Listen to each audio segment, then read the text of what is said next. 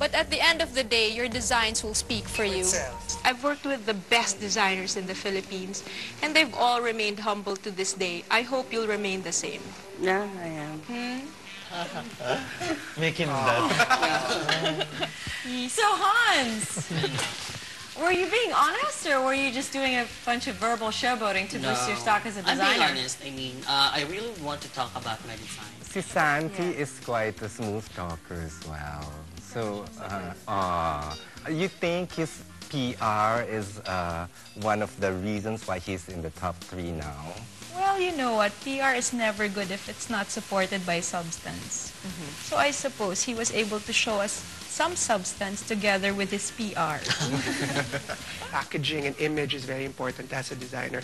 Santi perhaps knows this best among you because he is a performer. However, I have to agree with Apple. So, I mean, without the goods, all that blah blah talk is useless. Although sometimes I was waiting for you to break out in song. I was thinking about that. Well, let's talk about Patrick.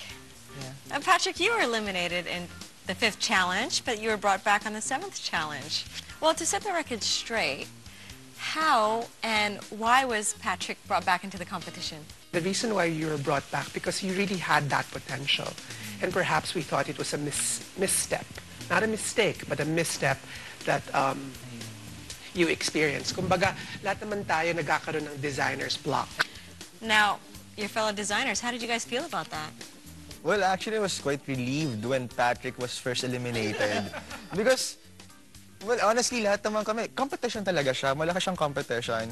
And then, when he got back, parang, Jesus Christ, akala ko malapit na matapos. Pati partner mo pa. Patrick, how did you feel the designers reacted to you? The realization is, parang, siguro the reason why God put me here is to help them as well, and, you know, to motivate them as well. Because, you know, it wasn't easy for me to be eliminated twice. Well, for every episode, you've been privileged to work with a guest judge. Do you have any favorites? My favorite is Hindi. Yeah, Hindi weapon. Mine was Pauline and Melissa. Yes, Melissa. Sayang, hindi ko naabutan si Hindi. Ang galing nilang mag-copy. Masaya. All constructive. Cherry, who is yours? Team Yap. Tim Yap? Why Tim? Kasi di ba yung sa makeover challenge? Parang, ano ba ito?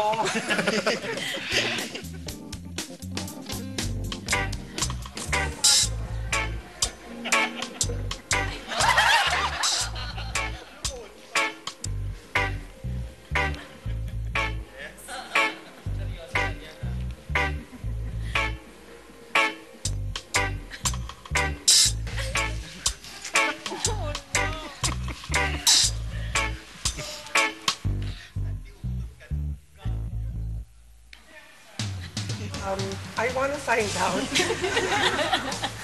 How do you feel, Cherry? Are you okay? Para sa akin, masaya rin naman ako sa naging outfit ko. Kasi, eto talaga ako, when I go to a party sa China, talagang nag-e-effort kami Ganyan ng ang itsura mo? Oo. Pwede ko siya isuot kasi may event eh. I admire people's efforts to be different. Even if people laugh at them, so what? If you're happy with it, then good. Humingi ako ng tawad. Si Cherry, parang feeling ko, may baon siyang strategy. Nice one! O aminin nyo, lahat ng nakakapartner ni Cherry nabobottom to, nachuchugi. Kung strategy yun, te, hindi ikaw ang unang tatanggalin. Maraming tatanggalin. Etong tatlo ang una kong tsatsakan. Siyempre, ang gusto mo tanggalin, yung medyo mas alam mo na kaya mong tanggalin agad. Huwag na kayo mag-aaway. Maganda naman eh. Maganda ba talaga? Maganda. Now that we're down to the final 3, let me ask the judges. What do you think of our finalists? I'm excited. I'm really excited to see what they're coming up with. I mean, they're so diverse. They're so different. To be totally honest, I didn't expect 1 or 2 of you to be in the final 3. But now I'm quite excited to see what you're gonna come up with.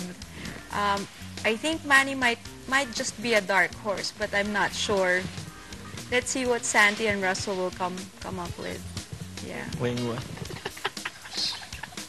No, it's true, because if you look at them, even the way they dress up now, they're really coming from 3 different points of view. Well, we're all excited to see what you're going to come up with, so that's something to look forward to.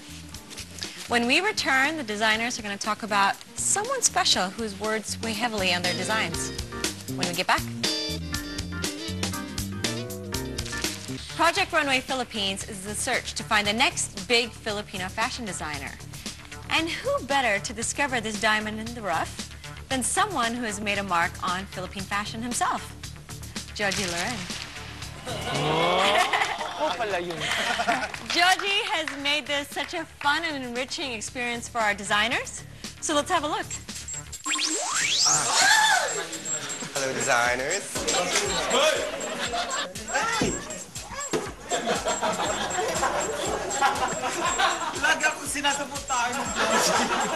If you make circles, pag diniretso mo na siya, look, so you avoid the bulk. Mas madali patahiin. And since you have a very stiff fabric, you don't need, you know, those gathers here. Parang, it won't work. Lagot ka. Basta hindi bastos. But what's bastos for you? Naku, ang dami mo pang gagawin. Oh, ganito na lang. You simplify your design.